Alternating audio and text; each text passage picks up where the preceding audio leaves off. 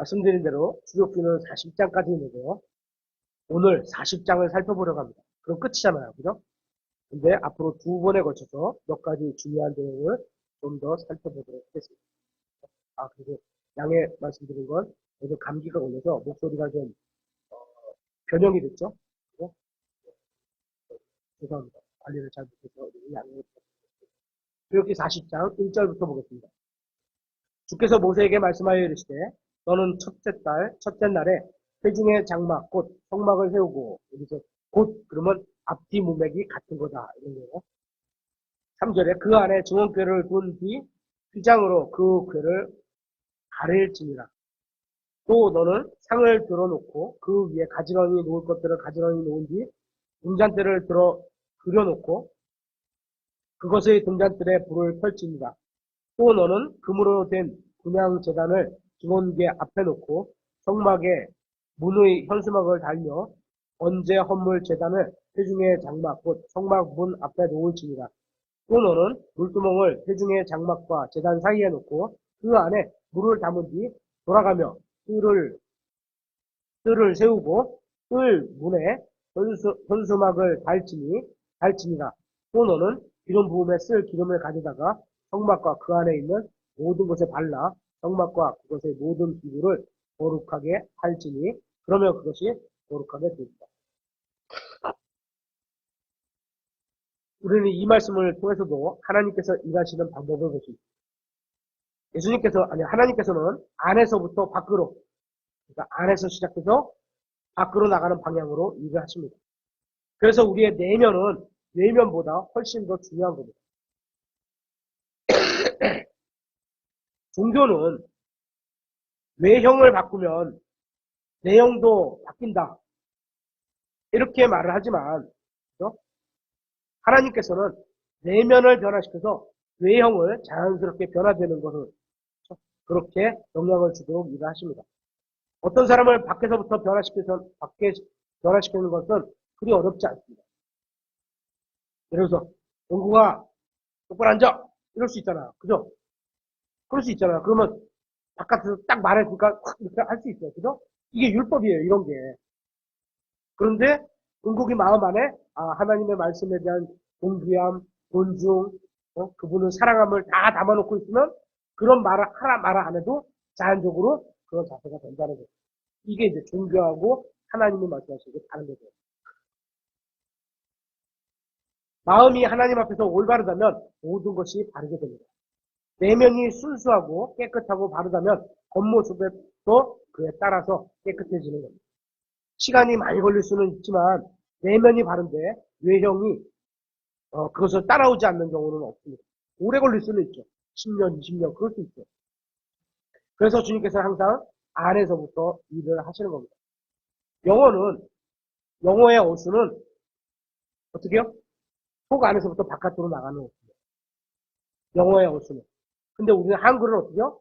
전체를 한 파장에다 그냥 다 놓고 한 번에 보는 이 한글은 그렇게 있어요. 영어는 내 안쪽에서 바깥으로 이렇게 나가요. 심지어는 밥 먹을 때 우리 이렇게 떠먹잖아요. 이렇게 떠먹어요. 안에서 이렇게 기둥떠서 이렇게 먹어요. 그게 꼭 그건지 모르겠는데 하여튼간 영어식은 안에서부터 바깥으로 나가는 방식이 되는 거고 대부분 일반적이고 한국식은 전체를 한 번에 다 그림을 그려놓고 한 판에 딱 이렇게 다 읽어보는 이런 식이죠. 성막에 관련해서 일하시면서 하나님께서 증언궤에서부터 시작하셨습니다. 증언궤가 어디 있는 거죠? 제일 안쪽에 지성소 안에 있는 거잖아요. 이 증언은 말씀을 의미합니다. 다시 말하면 말씀궤라고 할 수 있습니다. 이 증언궤 안에는 하나님의 말씀이 두 돌판이 있고 증언궤 위에는 금율의 자리가 있었습니다. 금율의 자리, 우리는 항상 하나님의 말씀과 금율에서부터 시작을 해야 합니다. 금율이 뭐죠? 내가 잘못한 게 많은데도 하나님께서 덮어주시는 거예요. 그죠? 하나님께 죄인이 나갈 때 어떻게 해야 돼요? 금율부터 받고 나가야 되는 거예요. 그죠? 죄를 덮어놓고서 찾아올 수 있는 거지, 덮어놓지 않고 오면 죽는 거예요, 그냥. 그죠? 하나님의 말씀과 금율의 자리를 받아들이면 이제 모든 것이 그 뒤를 따라가게 됩니다. 10절입니다. 또 너는 번제 헌물 제단과 그것의 모든 기구에 기름을 발라 그 제단을 거룩히 구별할지니 그러면 그것이 지극히 거룩한 제단이 된다. 또 너는 물두멍과 그것의 받침에 기름을 발라 그것을 거룩히 구별하고 아론과 그의 아들들을 회중의 성막문으로 데려다가 물로 그들을 씻길지니라. 하나님께서는 자신의 사람들이 겉과 속 모두 깨끗하기를 원하십니다. 우리 온국이는 샤워 며칠에 한 번씩 해요?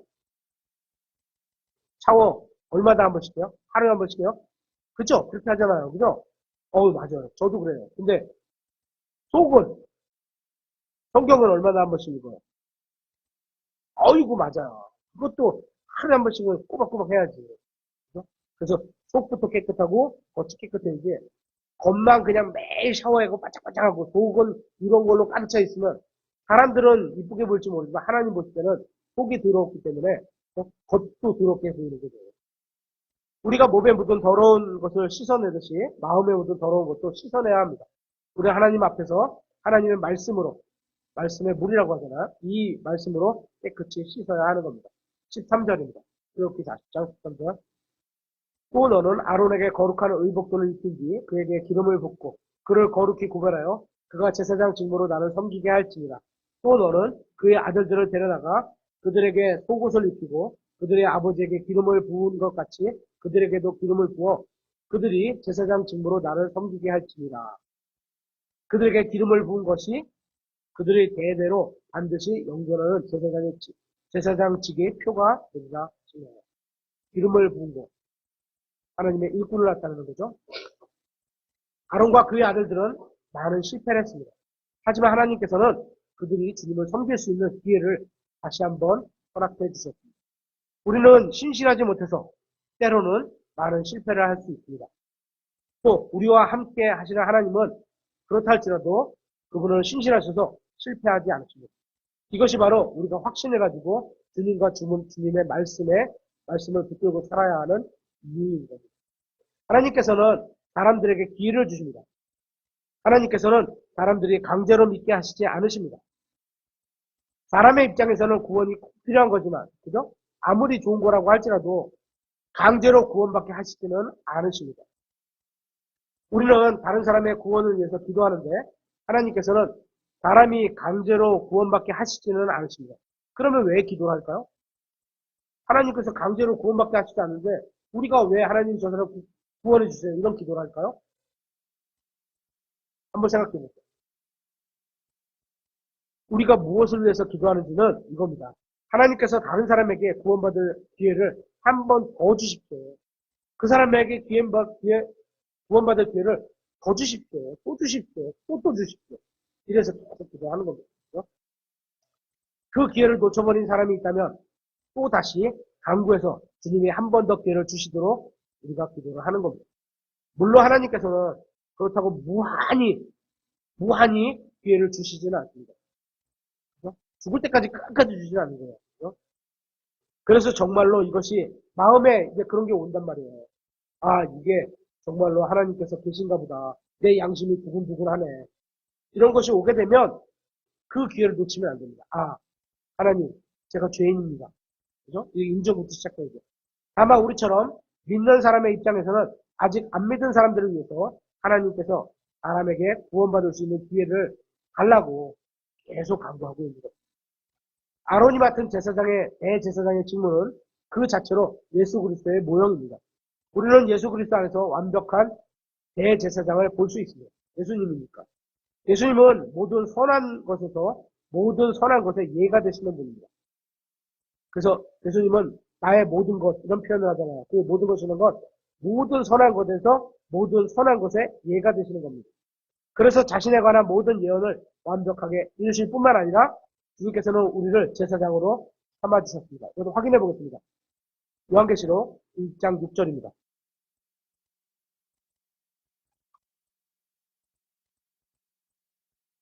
요한계시록 1장 6절.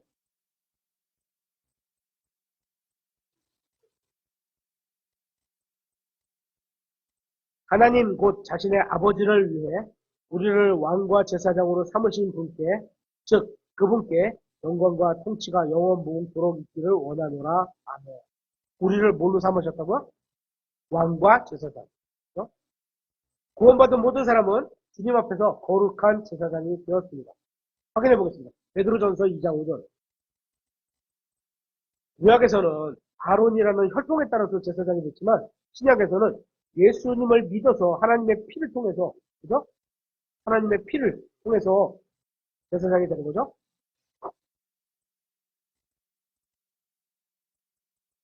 베드로전서 2장 5절. 너희도 살아있는 돌들로서 살아있는 거예요. 영적 집으로 건축되고 세워져 가고 건축되고 이렇게 되니까 빌드돼서 세워져 가는 거예요. 건축이 또 올라가는 거예요. 쭉쭉쭉. 커지거나 든든해지거나 모양이 갖춰져 가는 거예요.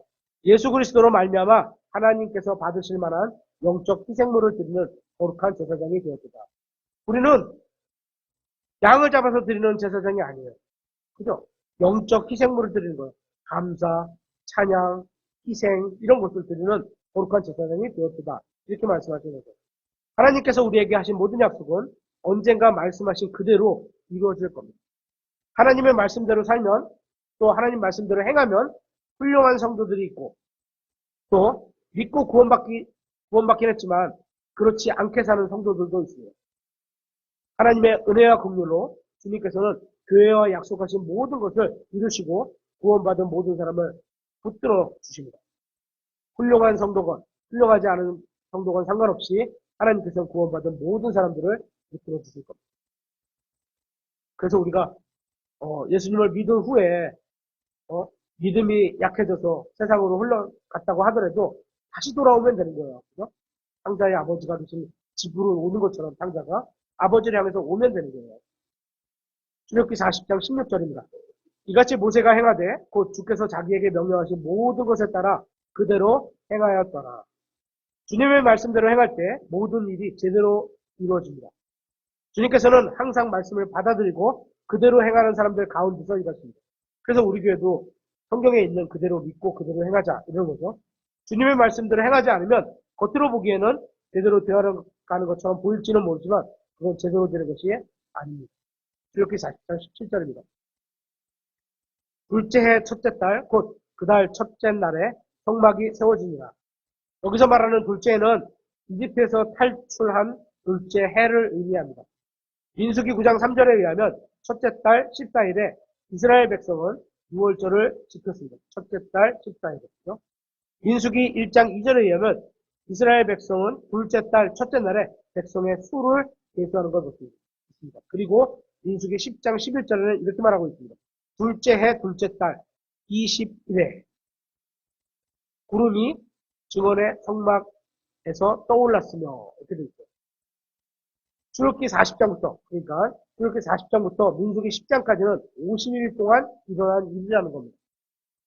그래서 이런 구조를 종합해 보면 레위기 전체하고 출애굽기 다음 해가 레위기잖아요. 레위기 전체하고 민수기 1장 1절부터 10장 10절까지의 내용이 50일 사이에 이루어졌다는 사실도 알 수 있는 겁니다.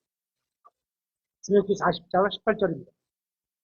모세가 성막을 세우면서 그것에 밑받침들을 고정하고 그것에 널판주들을 세우며 그것에 막대기들을 띄우고 그것에 기둥들을 세우며 성막 위에 장막을 넓게 펴고 그 위에 장막 덮개를 두니 이 일이 주께서 모세에게 명령하신 대로 되었더라. 이설이 성막 모형 만들어 봤어요? 언제 만들 거예요? 한번 만들어 봐. 할아버지 오시거나 할아버지네 집에 가서 그 할아버지 할머니랑 같이 들면 이게 작은 거로 끼는 것 때문에 할아버지 건강에도 좋아져요. 이제 만드는 시간도 같이 지낼 수 있고 한번 만들어 보세요. 지금 오늘 여기 40장 여기가 거기에 쭉 만드는 게 다 이거 손으로 만들 수 있거든요.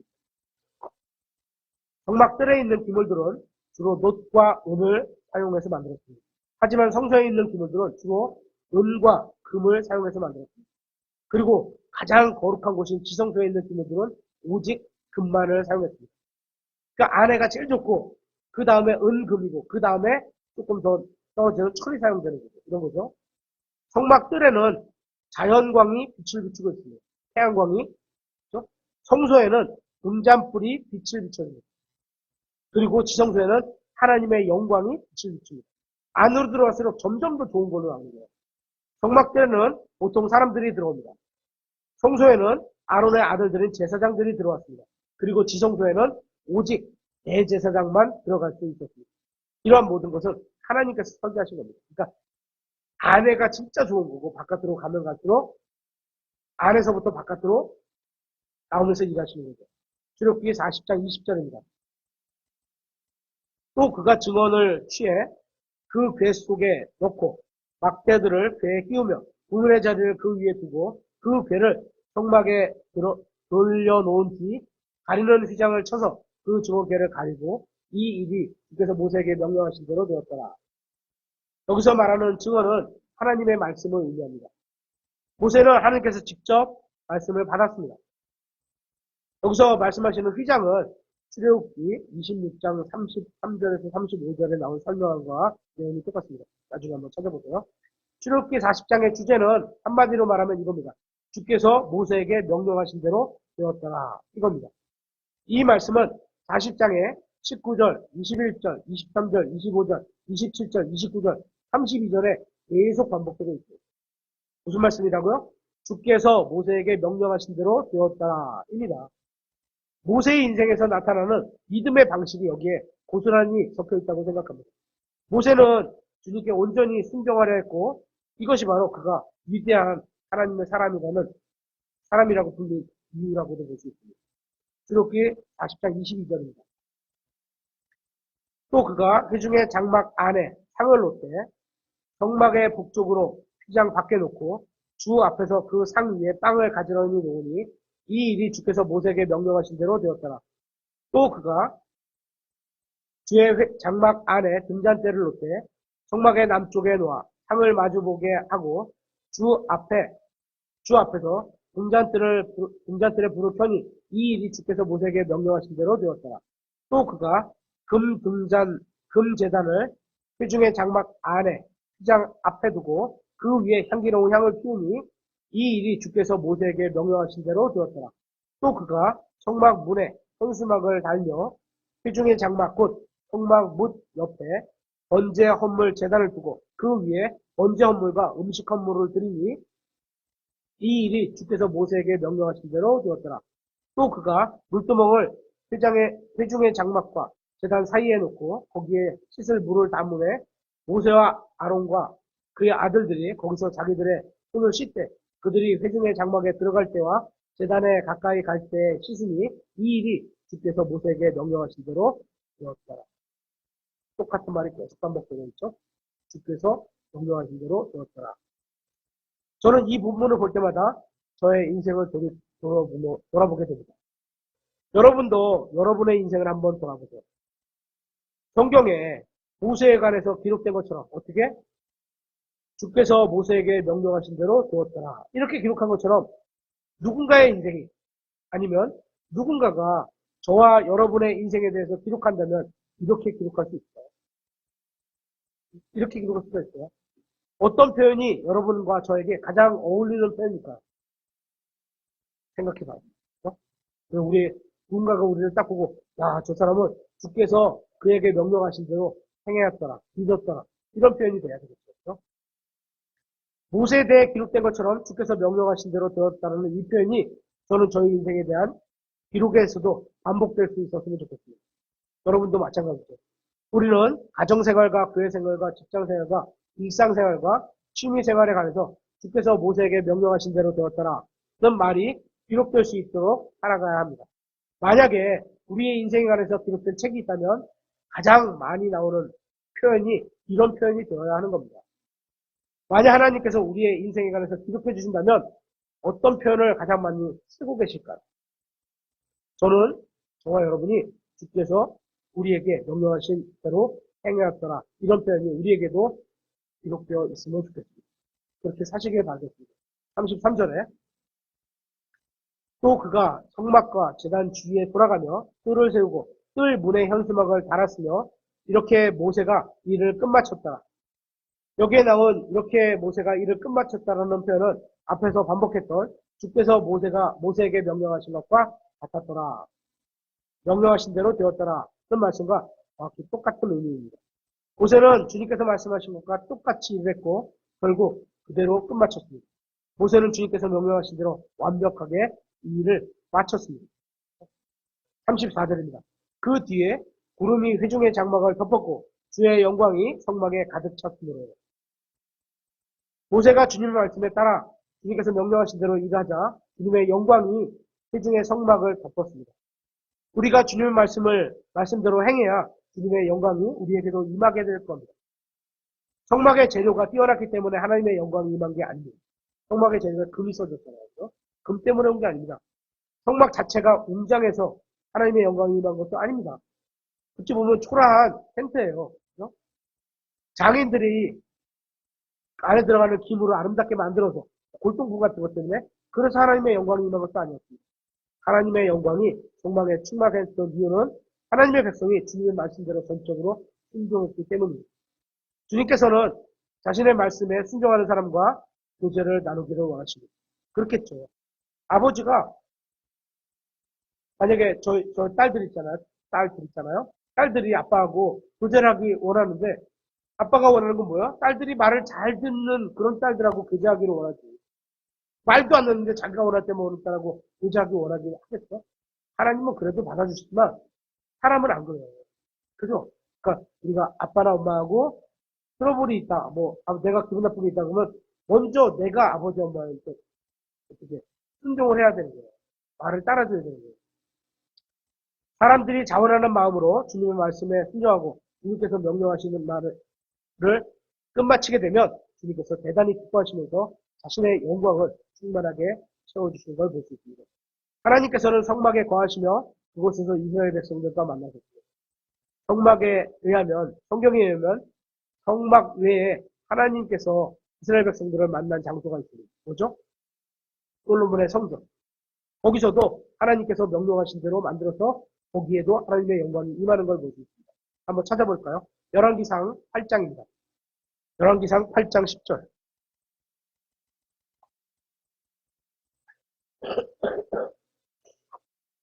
열왕기상 8장 10절.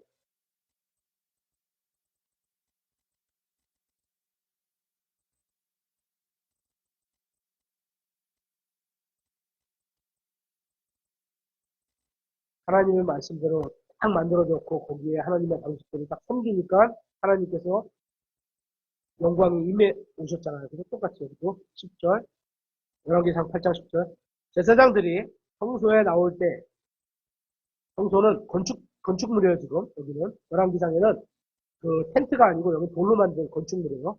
나올 때 구름이 주의 집에 가득함으로 제사장들이 그 구름으로 인해 서서 섬길 수 없었으니 이는 주의 영광이 주의 집에 가득하였기 때문입니다.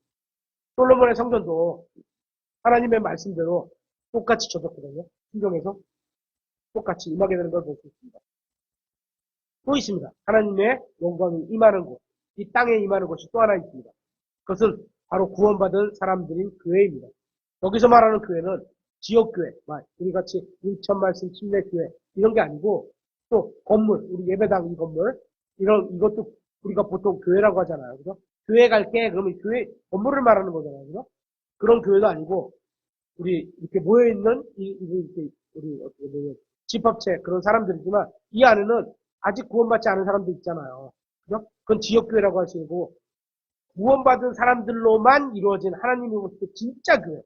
그 교회. 그죠? 그 교회인 겁니다. 구원받은 사람들을 말하는 겁니다. 한번 확인해 보겠습니다.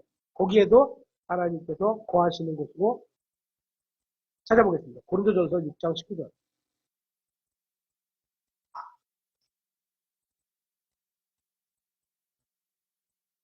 고린도전서 6장 19절.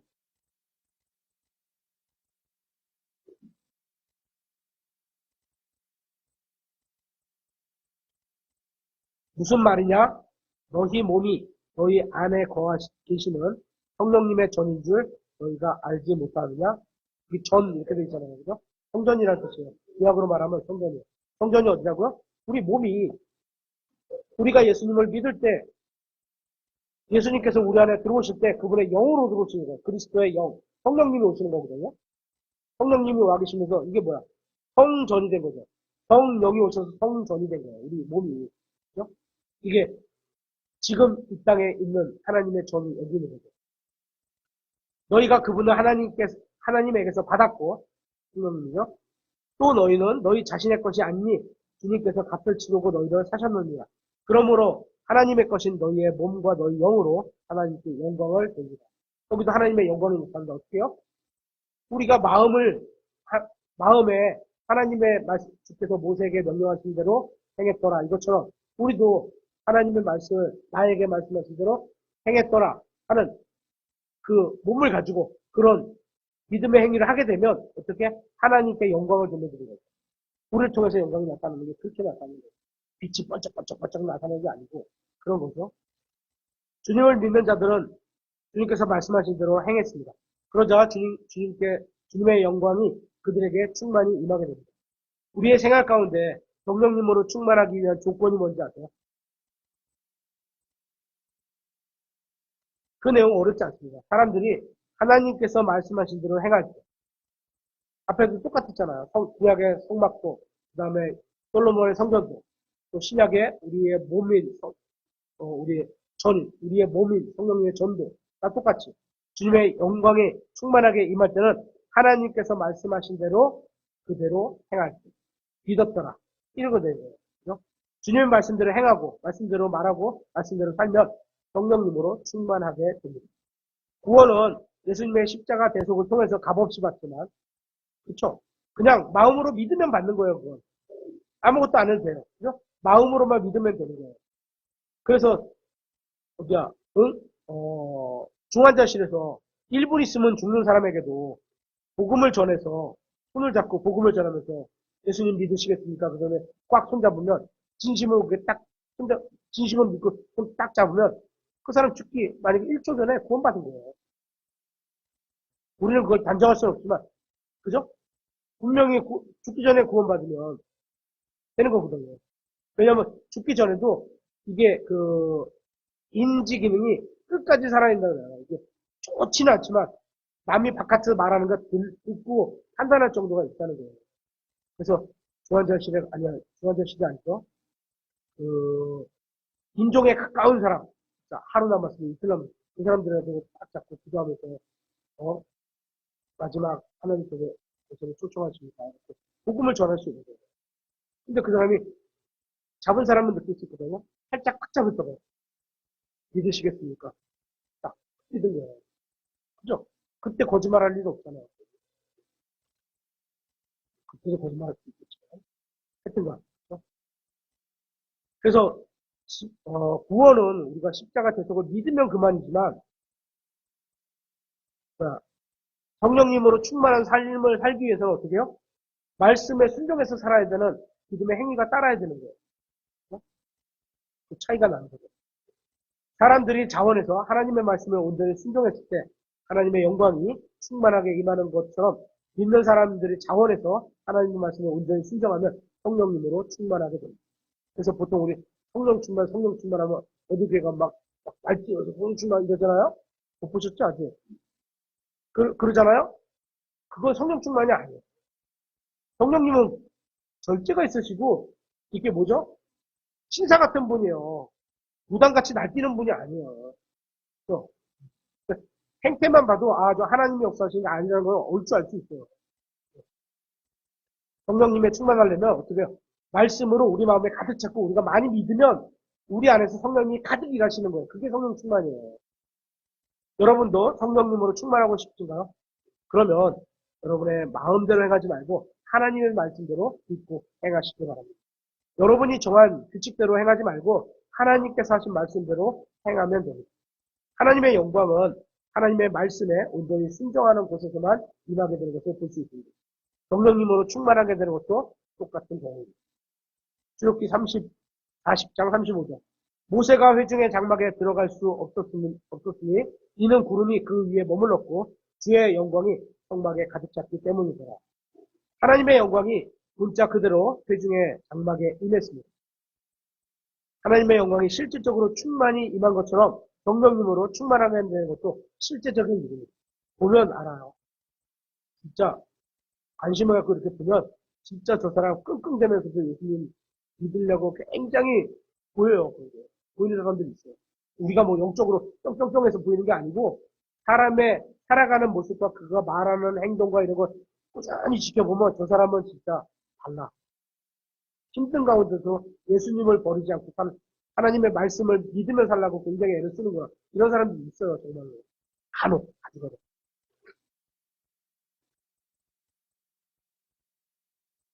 성령님으로 충만한 사람은 아무도 시키지 않아도 자원해서 하나님의 말씀을 전하고 말씀대로 살기 때문입니다.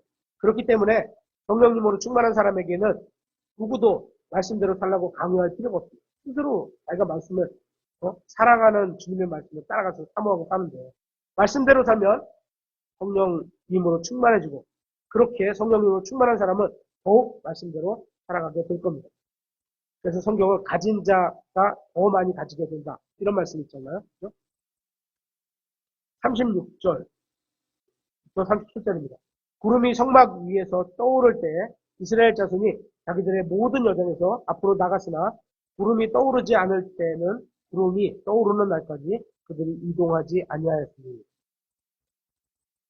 이 말씀 가지고 저도 그 지방의 현장에 있을 때 급여가 안 나오는데 저도 하나님 구름이 아니고 떠나갈 나에게도 떠나갈 때와 징표를 좀 보여주세요. 이래갖고 한번 이거 가지고 5년 동안 씨름한 적이 있었어요. 월급 하나도 못 받고.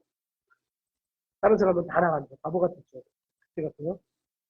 그죠? 구름이 움직이면 나가고 쓰면 쓴다는 이런 그 어떤 나도 그러한 감동을 한번 갖고 싶.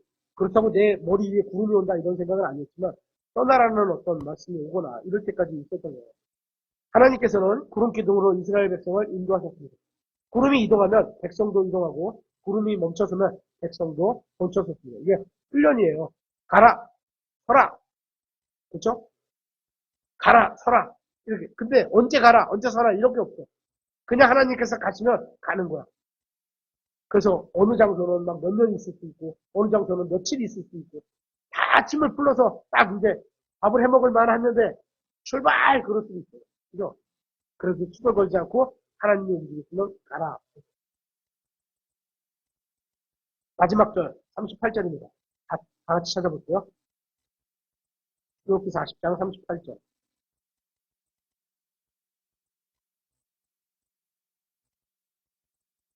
마지막 절 슬퍼서 눈물이 나는 거예요. 인사도 나서 눈물이 나요. 38절 마지막 절입니다. 다 같이 읽을게요. 시작. 이는 이스라엘 온 집이 자기들의 모든 여정 내내 낮에는 주의 구름이 성막 위에 있고 밤에는 불이 그 위에 있음을 보았기 때문이다.